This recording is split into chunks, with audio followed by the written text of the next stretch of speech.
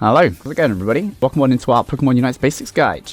The aim of this video is going to be to help new players get off their feet, but also point out anything you veterans may have overlooked. So there should be a little bit for everybody in here with any luck. And I'm going to be talking through how the Pokemon and the builds work. I'm going to give some general MOBA tips, some general settings tips, and hopefully just simplify everything that's a little bit overwhelming and confusing to everybody, quite frankly, because there's a lot going on in this game. Along with a little bit of guidance as to how the game works, so let's just jump straight into it. Pokemon licenses. So, in Pokemon Unite, you gain licenses. These licenses, once you obtain them, allow you to play the Pokemon. Pokemon Unite gets to play as any Pokemon you own the licenses for. You start with quite a few to begin with. Once you get through the tutorial, you can pick between Pikachu, Charizard, Snorlax, Talonflame, and I believe Venusaur. After that, you're stuck with purchasing them yourself. And you do that in-game with the currency that you earn through playing games. Also, you can buy them if you really want to, if there's somebody you really take a fancy to.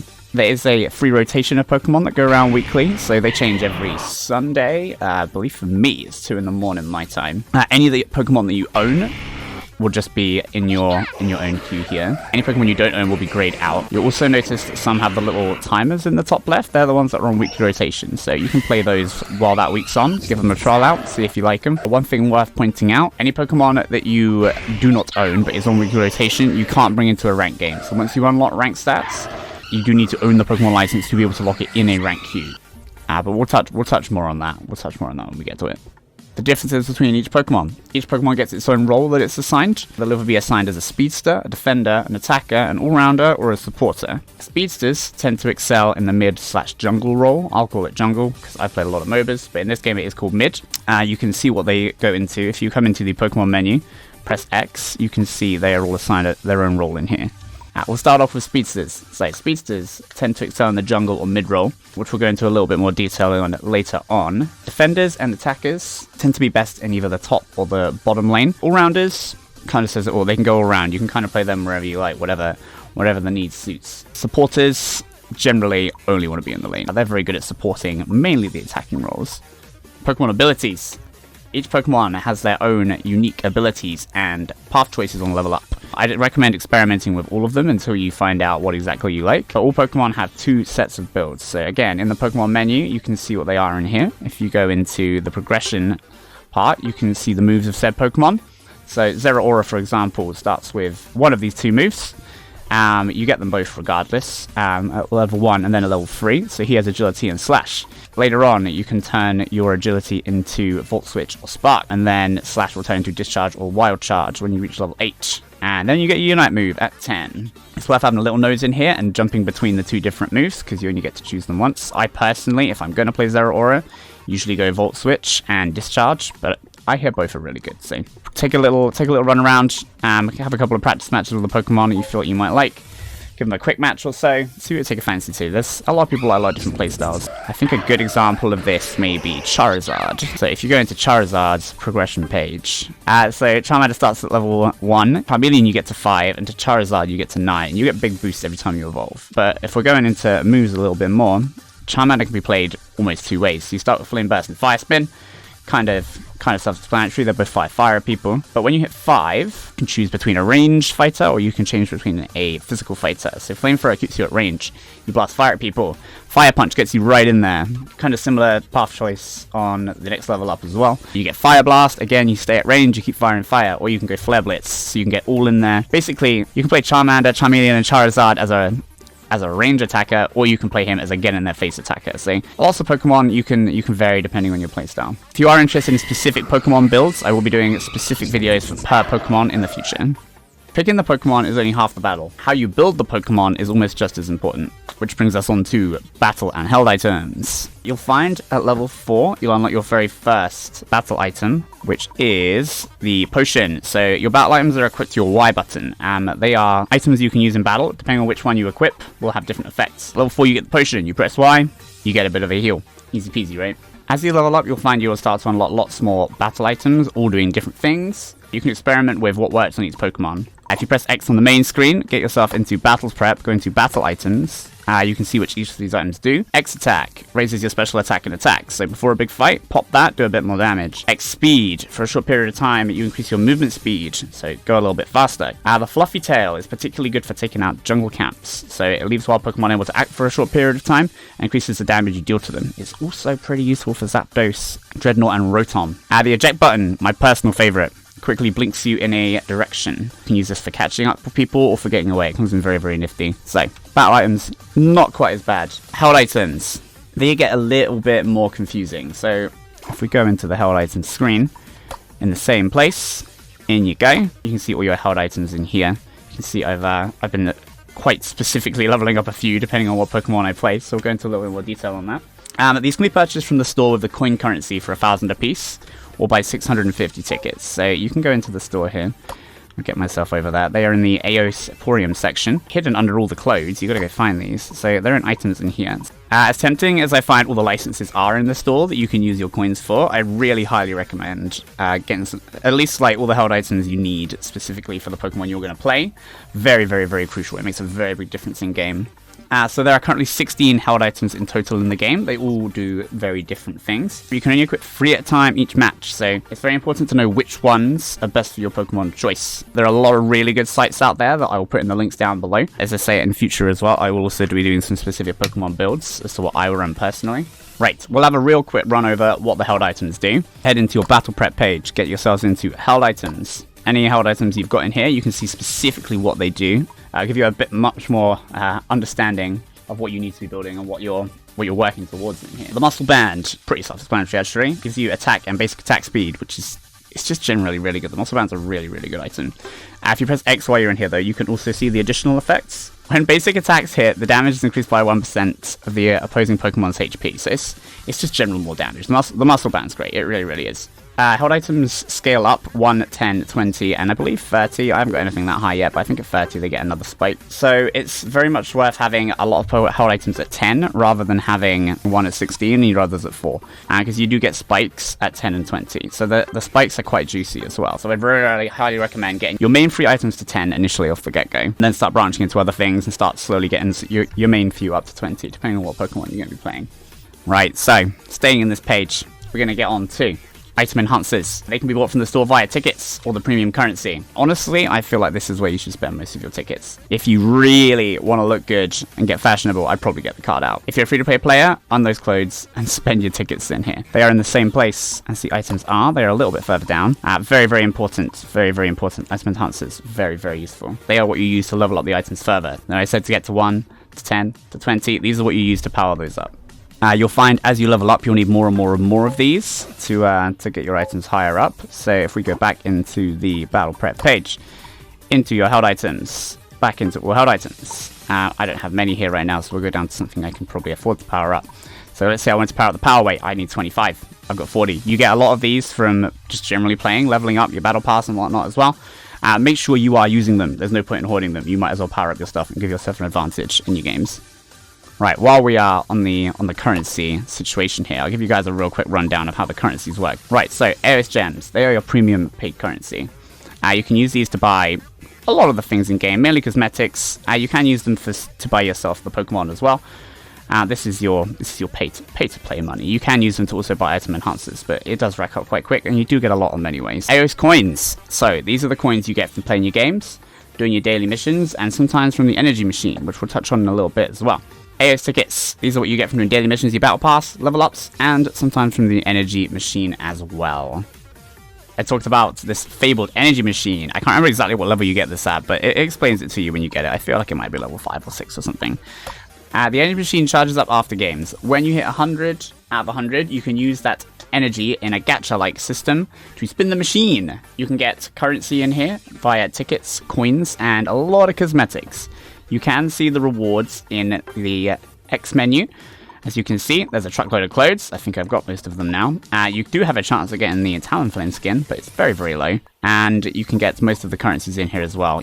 There is also a battle pass in this game. If you go down to the little star down here on the little tickets, you level it up, you do missions in this part here. You log in daily. You see I've done most of mine already because I have no life. So every week, you have new missions in here, which you can fulfill. You'll get yourself some points, and you rank up the battle pass. Every time you rank up the pass, you get reward. There are free points, and there is a paid pass. So the paid pass mainly gives you a lot more cosmetics until you get very, very high. So it's definitely not need to, but make sure you are fulfilling these missions and getting yourselves all these item enhancers, because it really gets you ahead in the game. Last tiny little things you can do over on the main screen before we jump right into how to play the actual game. Make sure you are checking the events tab. You get truckloads of free stuff in here. There are daily welcome rewards, which you can claim. Daily missions you can do every day. More tickets, more currency. We like those, right? There are missions in here to do the quick matches and stuff when you unlock those. Which are these ones down here. There's game release rewards, which came out very, very recently. It's just worth checking this. If you ever see a little red dot down here, make sure you're claiming your bits and bobs. You get a lot of free stuff in there. There's also the challenge page. This is on I believe, like a monthly rotation. So every day you can check in. If you clear these tasks, you get a lot of things for free. So there's a lot of coins in here. It usually gives you hard items, a couple of cosmetics, and at the end of the 7 days, if you're fulfilling all these tasks, you get a free crustal. Everybody loves crustal, right? Everybody's favorite lasagna crab. So make sure you're doing these as well. There's a couple of other menus in the front part here. Nothing particularly needed to get you into the game. But there is a practice menu. It's worth noting. I feel like a lot of people don't know that's in here. Doing the tutorials gets you a lot of currency. The game will really egg you to do this anyway, though. One thing I had noticed that a lot of people don't actually know is here is a practice arena. So in the practice arena, you can lock in any Pokemon, whether you own them or not. So you can trial out everybody at your own leisure if you felt that you are wanting to. You got all the free rotations in here, all the Pokemon you own, and just every Pokemon in the game. They're all in here. So if you do want to find you don't know who you're clicking with, you don't know who to buy, you've got the currency to do so, you can try out all the Pokemon in here. There is a ranking section. You don't particularly need that, but if you want to see where all your friends are above you and the global scorings, then you can. The friend page is in there as well, and also the mail. Make sure you're checking the mail. If this has ever got a red dot, make sure you're checking your mail.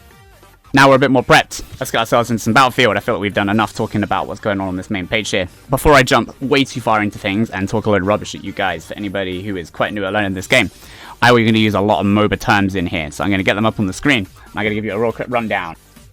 I made this one kind of up myself, but I feel like a lot of people I know are also using this one, so I have to say capping. Scoring points in the enemy zone. Easy peasy, right? So I'm going to go cap. Pushing is advancing up the enemy's lane. Backing, I say, for recalling back to base using the down arrow key. If you haven't been doing that, make sure you're doing so. Gank is when the enemy jungler invades a lane to get a kill. Diving, when you're committing to fight the enemy on their zone. Feeding is giving the enemy free kills. Please don't do that. The jungler is the mid role in this game, but I always refer to it as the jungler. Farm, to not fight the enemy and focus on killing the NPCs for either energy or experience. So I use the word squishy a lot, which basically means frail but high damage. Camps are what I would call the spawns of NPCs, so your buffalo and whatnot in the jungle, I would call that a camp. To be camped is very different. When the jungle, I would say being camped is when the jungler is babysitting a lane. CC stands for crowd control, so it's abilities that immobilize you, sleep you, knock you up, suppressions, polarisis, all that stuff. Crowd control stops you from moving. Right, I feel like that covers most of my bases. If I say anything else, please let me know in the comments, and I'll try to explain them all later on. Let's jump ourselves into some gameplay here so we can have a little look at the maps here. So, most games you play will be on the 5v5 remote stadium, as that is the standard arena. However, as you level up, you'll also unlock quick matches, and you can jump between these menus with your right and left bumpers at the top here. A lot of these quick matches cycle in and out day by day, so you'll find I can't switch between these. A lot of the time, there'll be missions to do stuff on these quick matches, so it's well worth doing because you get more tickets, you get more enhancers. You'll also find these quick matches are quite good for trying out new Pokemon. If you don't want to try out 10 minutes of a new Pokemon, or if you want more of an authentic experience than standing in the practice arena, sometimes these quick matches are really useful for that. You'll also find, on your side here, you'll have ranked queue.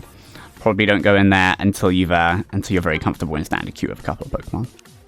The 5v5 map is split up into 3 roles. You have the top lane, the bottom lane, and the middle. So that's jungle. Typically, you'll have 2 people top, 1 in the middle, and 2 in the bottom. The aim of the game in Unite is to defeat the enemy and put as much points in their goal as possible. When you defeat a wild NPC or an enemy player, they'll drop energy. The team with the most energy capped in the opponent's goal at the end wins. The top and bottom lane work very similarly, although there are a few differences in Pokemon and layout. Typically, both you and your fellow lane partner will defeat the NPC Pokemon, then brawl it out in the middle with the opposing team to score points in their goal. The aim is to defeat them and cap your points, while protecting your own. While fighting on your capture zone, you'll get healed and shielded, so you'll be at the advantage. But remember, likewise, this is also the same for the opponent. So be sure you're going to secure that kill if you're going to dive them. While your zone is yet to be captured, there is an energy field that slows opponents from getting into your base. Likewise for the opponents, be careful not to get stuck in there. Behind the capture zones, berries will periodically spawn that will heal you for a large chunk. so be sure to utilize them while protecting your own base, or attempting to take the opponent's. You can also eat the opponent's berries, so that's a very, I didn't see a lot of people doing that. If you can get to their berry before them, it puts you in a very good situation. Once you take your opponent's first capture point, you can start advancing further up the map, but be careful not to overextend too much without knowing where the other 3 players are. Unless you're very far ahead, winning a 2v5 in Unite can be very, very difficult. The mid/jungle lane gets a little bit more confusing, but I feel like in Unite it's a lot easier than most other MOBAs I've played. The goal of the mid or jungler is to farm the NPCs that spawn in the middle of the lane, and then gank the top and bottom lanes to get them ahead and score points. Most of the jungle Pokemon are speedsters or all-rounders, so they do a lot of damage and very high mobility, but they tend to be a lot squishier. Some of the jungle camps can give extra effects. For example, Ludicolo gives you a purple aura, which makes it so you do more damage to low health Pokemon. Bufflant gives you an orange aura, which decreases the movement speed of opposing Pokemon you hit. You get both buffs, you gank the lane, you're doing more damage, you're slowing them down. It comes in very, very nice. Defeating Dreadnought will give your teammates a shield for a period of time, whereas defeating Rotom will send him down the lane to help you out. If Rotom gets to the enemy points, he will make it instantly cappable. He also scores some points in there as well. Depending on his health, I think he goes from 20 to any kind of lower amount, but he's well worth pushing down the lane. It comes in very, very useful. On the 2-minute mark, Zapdos will spawn. Defeating Zapdos will make it so all the enemies' capture points are open. During the last 2 minutes of the game, all points are also doubled, so Zapdos can really change the game. Prioritize. Never, ever surrender pre-Zapdos. You can still win if Zapdos has not been taken. In the jungle, there are also lots of launch pads littered around. If you stand on one for a couple of seconds without taking any damage, you'll spring across the map. Look out for them. They can come in really useful. Get used to some nice catch-ups and some nice getaways. Also, worth noting, on the 5-minute mark, you'll find one of these launch pads at your side of the map, right outside your base. Powered by Dugtrio, he will ping you to other areas of the map. Very useful for getting around, helpful for defending, and also when you land, you have a little knock-up animation that can stop and interrupt enemies from capping points in your goals. So it comes in very, very useful. Make sure you're utilizing the Dugtrio and don't just walk out of that base unless they are on your front door. Right, let's talk a little bit about lane matchups. A lot of matches can be half won/lost in Pokemon selection. In an ideal situation, you're going to have a nice split of attackers, defenders, supports, and speedsters/all-arounders in your game. But a lot of the time in solo queue, it's just not the case. Nothing worse than trying to lane as a Machop and a Gible against a Pikachu and a Cramorant. You're just half dead before you can get to them if they harass you properly from range. So it's important to work on your team composition, and sometimes be willing to fill that missing role if needed. Some Pokemon also start out stronger than others. For example, Cramorant is a fully evolved Pokemon from the start, so his early game is going to be much more prominent than, let's say, Scorbunnies. But as long as you don't get too far behind, Cinderace can scale much harder into the late game. Looking from the other team's perspective though, if I was playing an Absol jungle, and I knew I had Cramorant and Snorlax in a lane against a Scorbunny in a matchup, I know I'd have a lot of CC and a lot of power in the early game to abuse that, and get that lane ahead to say the Scorbunny and the matchup are far too weak for the late game. Right, I'm going to give you guys some general MOBA tips. I have, regrettably, way over 2,000 hours in League of Legends. I played a bit of Smite, I played a Dota, a bit of Heroes of the Storm. I feel like I know a fair bit about MOBAs. So I'm going to give you guys a couple of MOBA tips that I have brought over to Pokemon Unite. Tip number 1, play around the bushes. Waiting in a bush can give you a huge advantage against your opponents. They can't hit what they can't see. Surprise attacks can win lanes and win games. So if you're dominating the bushes, you're dominating the lane. There is nothing more scary than not knowing if the Snorlax is in that bush and he's going to flop on your face. Also, dancing in and out of bushes during fights will help you out in a lot of situations. You can't hit what you can't see. They can't auto-attack you if they can't lock onto you. In gamer terms, we call it breaking the line of sight. Secondly, stealing the last hits. In Unite, most experience you get from NPCs from securing that last hit. So time your attacks, snipe them all nose, and core fish away from the enemies. The more levels you have on the opponent, the better. This also works with the big NPCs. Sometimes it's worth waiting for your opponent to do all the work on Rotom and Dreadnought. Steal it at the end from under their noses, and kill them all. Stealing Zapdos can also win you games. Use your judgment, but if you can safely steal a Zapdos from the enemy team with your last ability or auto, your team are going to love you. Animation cancelling. Not quite as crucial in Unite as other MOBAs, but it's still a good habit to get into. Try auto-attacking, moving. You'll speed up the animation of your auto-attack or ability and make yourself harder to target. Keep an eye on the mini-map and the death counters. Nothing worse than getting a 5-man death squad turn up at your door because you didn't see they were missing. Keeping an eye on the death counters is also a good habit to get into. You'll get a better grab on when to go for caps and objectives if you know who is dead and for how much longer. One little tip as well that I noticed a lot of people don't seem to even notice that. If you hold down the L bumper on your Switch in-game, you can move around the map freely, engage the situation before going into a lost fight. One last little bit that I would like to go through with you guys is the settings. I'll show you guys my preferred settings as to what I like to play Unite on. In the settings, you can change a lot of different things, a lot of different very useful things. Personally, I like to play with the opponent lock-on onto lowest remaining HP value. You can jump between remaining HP value closest or lowest remaining HP percent. I will personally mess around with a few of them and see what is least annoying for you. Attack controls. This is something I would recommend just changing as soon as you start playing, because you're getting into bad habits otherwise. It starts you off on the default controls, which is just A to auto attack. Easy peasy, right? But this just auto attacks whatever is most convenient for the system. When you change the settings to advanced controls, so A will keep auto attacking opposing Pokemon, whereas B will attack wild Pokemon. Pressing A to prioritize enemy players and B to prioritize NPC is an absolute game changer. I can't express how useful this has been. No more auto attacking the core fish instead of hitting the enemy.